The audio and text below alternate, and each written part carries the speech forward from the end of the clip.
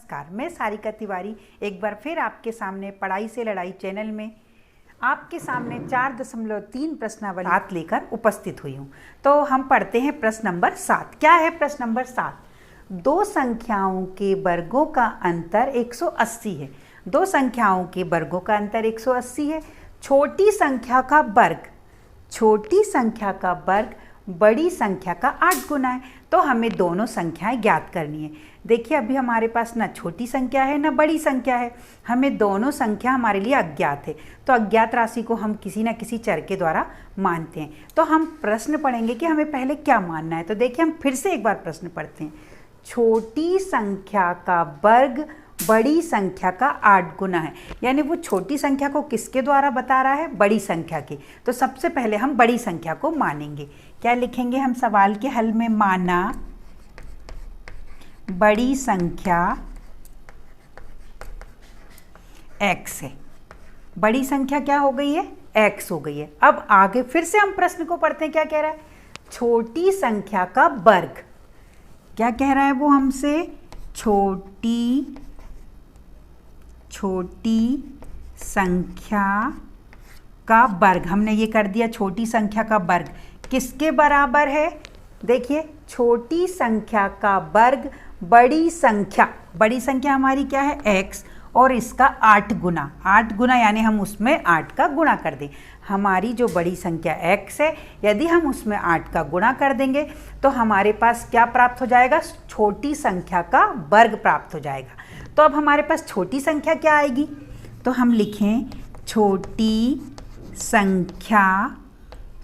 संख्या बराबर, जब भी हम एक साइड से बराबर के एक साइड से वर्ग हटाते हैं तो दूसरी साइड करनी का चिन्ह लग जाता है।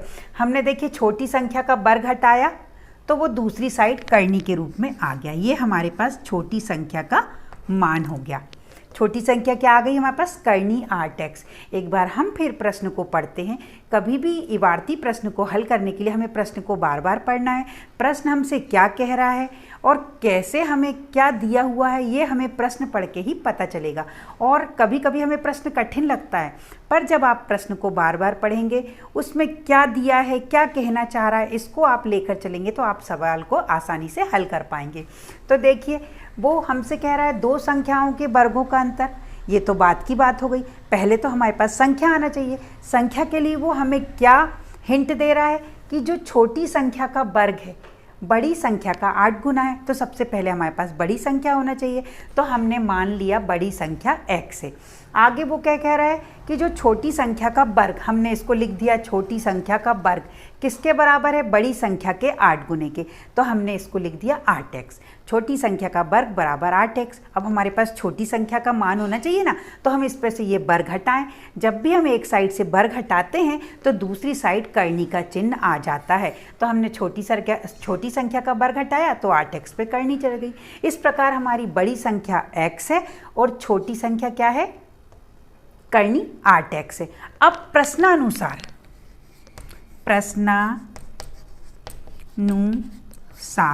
क्या कह रहा है वो हमसे प्रश्न में कि बड़ी संख्या का वर्ग, हमें पहले से हिंदी भाषा में लिख लेते हैं।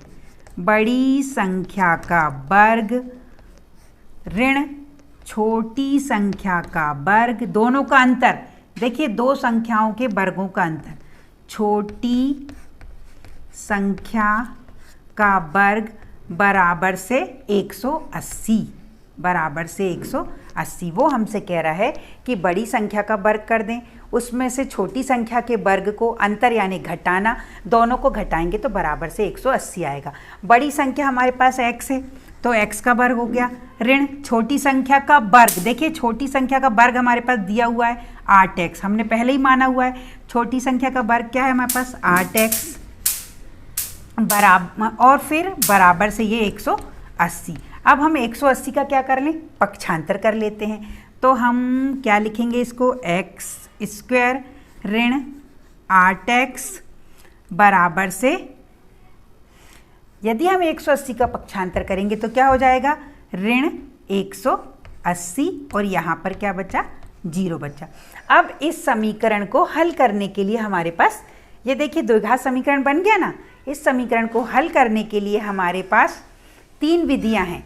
गुणनखंड विधि, सूत्र विधि और पूर्ण वर्ग विधि, हम किसी भी विधि से इसको हल कर सकते हैं। तो आप चाहें तो इसे गुणनखंड विधि से हल कर लें या सूत्र विधि से। आपको बताया हम 3 विधियों में से किसी भी एक विधि से हल कर सकते हैं। तो हम इस सवाल को कर रहे हैं गुणनखंड विधि से हल कर रहे हैं। क्या होती है गुणनखंड विधि? सबसे पहले तो हम इसका मानक रूप लिख सकते हैं। मानक रूप क्या है समीकरण का? मानक रूप आपको हर बार लिख ही लेना है। मानक रूप है हमारा a(x⁻2 धन bx धन c बराबर 0। गुणनखंड विधि के लिए हम a और c का गुणा करते हैं। मैं रफ काम में आपको बताती हूँ। a देखिए, तुलना करें तो a कितना है? 1। x⁻2 के आगे कुछ नहीं है तो a 1 है। a और c का गुणा, a 1 और c हमारा 180 है। 180 को गुणा किया तो 180 ही आया। 180 एकम 180। अब 180 के हमें ऐसे गुणनखंड करने हैं कि जोड़ने या घटाने पर 8 आए। ठीक है, जोड़ने या घटाने पर 8 आए। तो हम 180 के क्या गुणनखंड कर सकते हैं? 18 धम 180। 18 का पहाड़ा 10 बार पढ़ते हैं तो 180 आता है, और 18 में से 10 को घटाएं तो 8 भी आता है, क्योंकि हमें ऐसे गुणनखंड लेना है जिनको घटाने या जोड़ने पर b आ जाए। b हमारा 8 है। तो देखिए 180 के गुणनखंड 18 और 10, 18 में से 10 घटाने पर क्या आ रहा है? हमारा 8 आ रहा है। तो हमने इसके गुणनखंड ले लिए 18 और 10। अब देखिए यहाँ पर ऋण है, पर घटाने के लिए कैसे चिन्ह चाहिए? असमान चिन्ह चाहिए, एक ऋण का और एक धन का। तो हमें अलग अलग चिन्ह लेना है।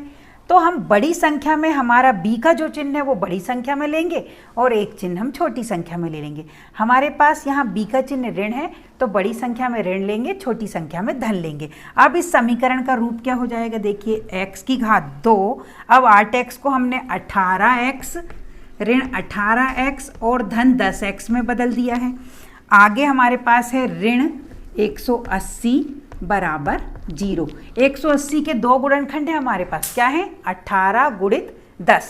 18 गुणित 10। ठीक है, तो हम इसको, ये हम 2-2 के जोड़ा बना लेते हैं। ऐसे हम जोड़ा क्यों बनाते हैं? उभयनिष्ठ लेने के लिए। तो इस वाले जोड़े में क्या उभयनिष्ठ दिख रहा है? देखिए दोनों में x है, बाहर निकाला तो x बचा 2। ये x⁻2 था, एक x बाहर निकला तो x बचा। ऋण यहाँ से x निकल चुका है तो 18 बचेंगे, कोष्टक बंद। आगे बढ़ें, ये धन, दोनों में से देखो 10 और ये 18 ही धम 180, यानी 180 के गुणनखंड है 18 गुणित 10। 10 दोनों में है, बाहर निकल गया। अंदर क्या बचेगा? x ऋण और यहाँ 18 बराबर से 0। अब x ऋण 18 दोनों में दिख रहा है, हम इसको भी बाहर निकाल लेते हैं। x ऋण 18 को बाहर निकाला, यहाँ से शुरू करें तो x ये निकल चुका है, धन 10 ये भी निकल चुका है, बराबर से 0। हमारे पास 2 गुणनखंड फिर आ गए हैं। हम दोनों गुणनखंड को अलग अलग 0 के बराबर लेकर चलेंगे। तो हम एक बार x ऋण 18 को ले लें 0 के बराबर, तो हमारे पास क्या आ जाएगा? ऋण 18 का पक्षांतर करेंगे तो 18 आ गया। हम एक बार x धन 10 को 0 के बराबर ले लें, 10 का पक्षांतर करेंगे तो क्या आ जाएगा? x बराबर ऋण 10 आ गया। तो देखिए एक संख्या हमारे पास 18 आई और दूसरी ऋण 10 आई। हम ऋण 10 को नहीं लेंगे तो हम पहली संख्या क्या ले लेंगे हमारी? हम यहाँ पर लिख देंगे x बराबर नहीं लेंगे ऋण 10, है ना। x बराबर हम ऋण 10 नहीं लेंगे, हम क्या ले लें? x बराबर 18 ले लें। x बराबर 18 ले लें तो ये हमारे पास आ गया x का मान 18। x हमारी क्या थी? बड़ी संख्या। तो बड़ी संख्या हमारे पास क्या आ गई? बड़ी संख्या 18 आ गई। छोटी संख्या क्या है हमारे पास? छोटी संख्या थी हमारे पास, देखिए छोटी संख्या करनी 8x, हम लिख दें करनी लगाया 8 और x का मान क्या है? 18। हम इन दोनों का गुणा करेंगे तो कितना आ जाएगा? देखिए 8 अठैया 64 की 4, हासिल के 6, 8 एकम 8 और 6 14, है ना। करनी 14 आ गया। और करनी 14 काय का वर्ग होता है?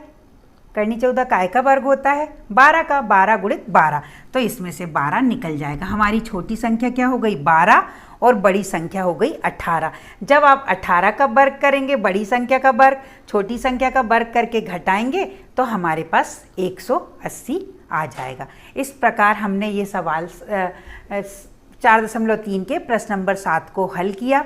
अब हम अगले वीडियो में अगला सवाल लेकर उपस्थित होंगे। यदि आप चाहें तो कमेंट बॉक्स में इस प्रश्नावली में से जो सवाल मैंने छोड़ दिए हैं, आप उसमें से कोई सा सवाल पूछना चाहते हैं तो कमेंट बॉक्स में लिख सकते हैं। मैं चाहती हूँ मेरे वीडियो को आप लाइक, शेयर और मेरे चैनल को सब्सक्राइब जरूर करें। धन्यवाद।